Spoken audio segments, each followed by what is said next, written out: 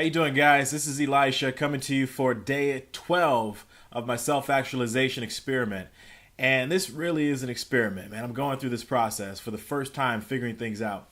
And the interesting thing is, before I dive into what I really got out of my morning process today, I have to acknowledge something that happened. Right before I was about to start, I decided to go for a run. And a little bit more than I normally do. So I wanted to go for a run. It's going to be quick, like 10 minutes. And in the process of getting ready to go, I said, I'm going to leave my cell phone here. I don't want any distractions.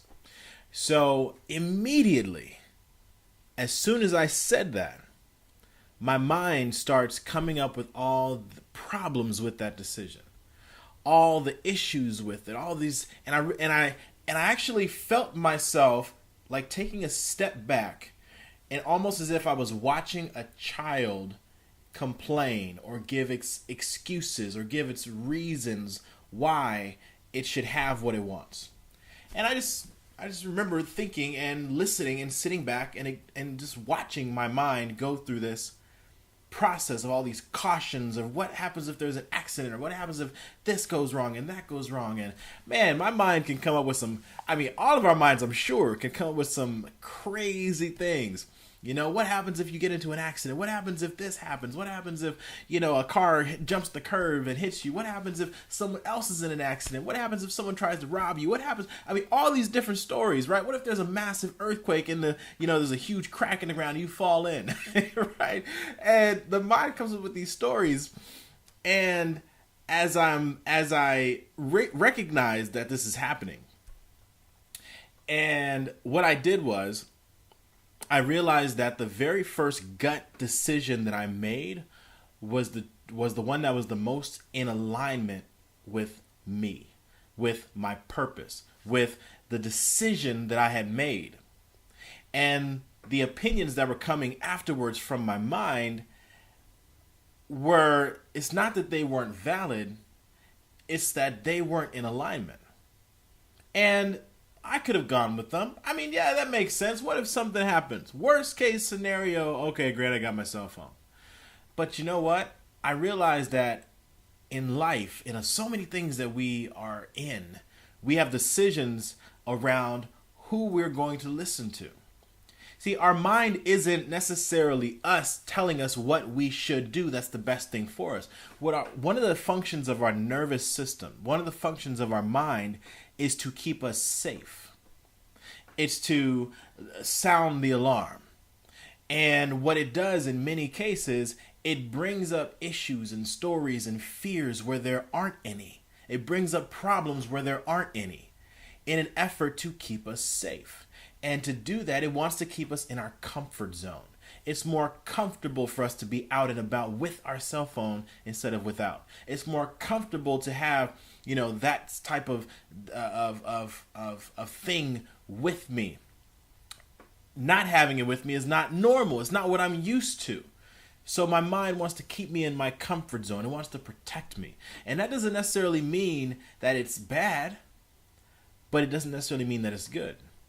See, a lot of times we have these gut feelings that are our body's telling us what we should do, but our mind is saying, nah, you shouldn't do that. Something might happen. Nah, you shouldn't do that. Or our mind is justifying why we should. And see, when we live in a space of shoulds and shouldn'ts versus what do you actually want to do, that's the difference. See, when I work with groups and we work on discovering what your purpose is, and a lot of it has to do with exercises and diving into different things to discover what is it that you want out of life.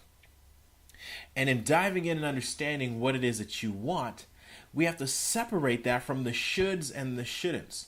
You should do this because, or you shouldn't do that because. Right, that's all expectations and responsibility and all these other things. That's great and all, but what do you want to do? How could that's the best way to figure out what your purpose is in life. And this is something that I can give you without you being someone that I'm working with directly, I'm coaching through a process of self-discovery.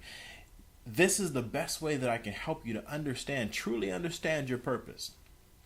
See, because there are going to be things that you're going to say that you want to do or you want to be. I would love to be this type of a person.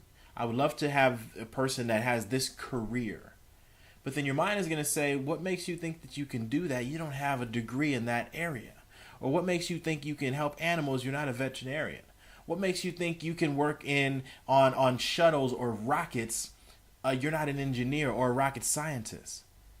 And so automatically our mind starts going in the direction of how we can't accomplish that. Stay in your lane. Stay in your comfort zone. But when you understand and you actually get in a space of deciding what your purpose is, what do you actually want to accomplish, what do you want to do, what legacy do you want to leave, then you realize the mind starts going in the direction like, oh, this ain't going away. This person is really serious about working on these rockets. And what happens is you'd be surprised to find there's so many other ways that you can work on rockets without being an aerospace engineer. And there's so many other ways that you can work with animals and help animals without being a veterinarian. And so it's a process. It's definitely a process. And I love this for myself because this is a whole nother level of self-discovery. Just like in the recognition of that conversation I had with myself this morning in my own mind of what my brain was doing. And through this process, discovering that and actually seeing it, wow, my brain is actually doing that. My brain is actually trying to keep me in its comfort zone from a decision that I'm making. I've already made the decision, but my brain is wanting to do something completely different. And I remember somebody actually posted on Facebook today, and they might watch this video. Who knows? Maybe, maybe not. But they posted on Facebook today. They said decisions, decisions, decisions. And they might have said something else like, I got to make a decision or whatever. And, you know, all these different emojis. Like, it was like intense emojis, like thinking really hard emojis. And I was thinking, and that tends to be how we connect important decisions with our life. It's like we toil or we think really hard or it's like we really got to get into it intensely for the right decision that's going to affect our life. And we stay up here. And the only response that I said was, go with your gut, ... not your brain, ... That's all I said. She actually responded to it and said thank you. So that was nice of her. But what happens is usually we've already made a decision that is in perfect alignment with who we are and our purpose. But then that decision ends up getting clouded with opinions from up here. And then we start to doubt ourselves. And then we start to actually kind of forget and get clouded of what our original decision was because there's so much happening from up here because we've shifted our focus. And a lot of times we're not even used to listening to ourselves. We're not used to listening to our bodies. We're so used to listening to this conversation. But you have to remember that this conversation is always happening. You can't shut down the mind or stop the conversation up here. It's always going. Just certain times we listen to it and certain times we don't. See, right now as I'm talking to you, I'm speaking from the heart, so I'm not listening to what's going on up here. But if I take a step back and after this is over, I could probably get into a space where I'm going to just be listening up here like, oh, how did that go? I wonder if I should re-record that. Did I get my points across well? Did I say too much? And then I'll be up here. I'll be thinking. Oh, then I got to check to see how many likes I got. How many people responded to it? Did they like it? Did they receive it well? And when I'm up here, I'm not in alignment with who I am and the reason I actually put this out there. I didn't put it out there for likes or for recognition. I put it out there because this is the accountability of the process that I'm going through. If nobody watches this video, if nobody likes it, if nobody comments on it, I am perfectly okay with that. Because what I did was I recognized my expectations and I said them in the very first video. And none of my expectations have anything else to do with any sort of outside stimulation. People connecting, getting happiness through the likes and shares and all these of other people. So my expectations have nothing to do with other people, with external factors. Even if my computer breaks right now, all the electricity goes out and I'm not able to upload the video, I've accomplished my goal because I did what I was like. Right now, if it shuts down, I've accomplished my goal because the goal is to record one of these each and every day for 21 days. And so once I realized my expectation, see, I'm only disappointed or not happy if I don't meet the expectation that I have. And the craziest thing is, I was also thinking about in my morning process about that there are a lot of people in life that we end up. Actually, this is what I said to myself. I said to myself, I can easily acknowledge the things and the people that I don't like. I said that. I said I can easily acknowledge things and people I don't like. And what I recognized is, it's first I look to see why it is that I don't like that thing or that person. Like I say, I don't like to go to the club because of this, or I don't like to go to this particular grocery store on this area because of this. I have a reason for it. And with people, I can say I don't like this person because of this. I don't like this person because of how they treat me or what they say to me or how they talk about my kid or whatever. I have a reason for it. And then I look at how to understand the reason. And if I say, oh, I don't like the club because if I go, then there's people there. They have, I don't like the way that they dress, or I don't like the kind of music, or I don't. And then what was happening is I realized, oh, well, maybe I could try a lounge or a different type of club or a different type of music venue. And it's like, oh, let's not categorize all clubs in this way. Maybe there's other options out there. Once I understand it, then I recognize that I have other options. But if I lump everything together, then I'm actually not understanding myself and who I am and why I make the decisions I make. I'm just blanketing everything. It's like if I say I don't like Democrats, or I don't like Republicans, or I don't like politicians, or I don't like police. I'm blanketing everything. And I'm not coming to an understanding of why. Now, with people, it's a little bit different. See, if I say I don't like this person, let me throw out a random name. If I say I don't like, this is a random name, okay? If I say I don't like Tony, and then I could look to understand why. Okay, I don't like Tony because of how he talks to me.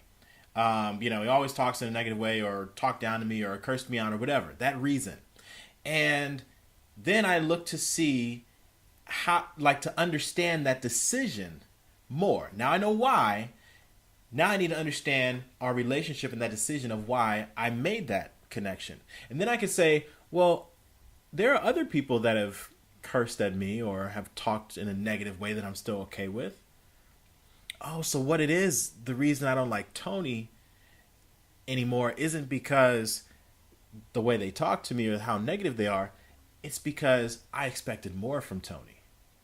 It's because I held Tony at a certain standard. I didn't expect that from Tony. See, if that was, let's say, I don't know, Daryl, or if that was Bobby, or if that was, Andrea, oh, I could see that from them. But Tony? Nah, man. So now I'm disappointed because of the expectation and the standard that I put on Tony that he wasn't even aware of. And all of a sudden, that standard that they can't reach, or don't even know exists for them to attempt to reach it, now I ruin a relationship because of my expectation on them. So my reason for not liking somebody isn't because of the act that they did, it's because of my expectation on how they would normally behave. So yes, there are situations where people can do crazy stuff that it's like, oh, I just don't like that person. I mean, I'm hands off, that person, period, crazy act, they murder somebody. I don't know, whatever. But in understanding for the majority of people, the reason we don't like them is because of the standard that we held them at, that they didn't even know existed. So it's interesting. Those are the main things that I was going through in my own understanding of my conversations in my own head throughout my morning process. And so I really hope you guys got something out of that. The beautiful thing is there's so much that is happening through this process. And I'm excited for it. And I'm excited that you're taking this journey with me. So if you want to, feel free to shoot, some feedback. Let me know what you think. Let me know your opinion. If it's good, if it's bad, if it's horrible. If, Elisha, you suck. I hate these videos. Feel free, share it. I have no problem with that. But either way, I thank you for taking the time, because I know that there's a lot of other things that you could be doing right now. And so because I appreciate your time so much, I really hope you got something out of this, or at least got the fact that I'm willing to be vulnerable, and you can recognize that it's coming from my heart and only in a place of love.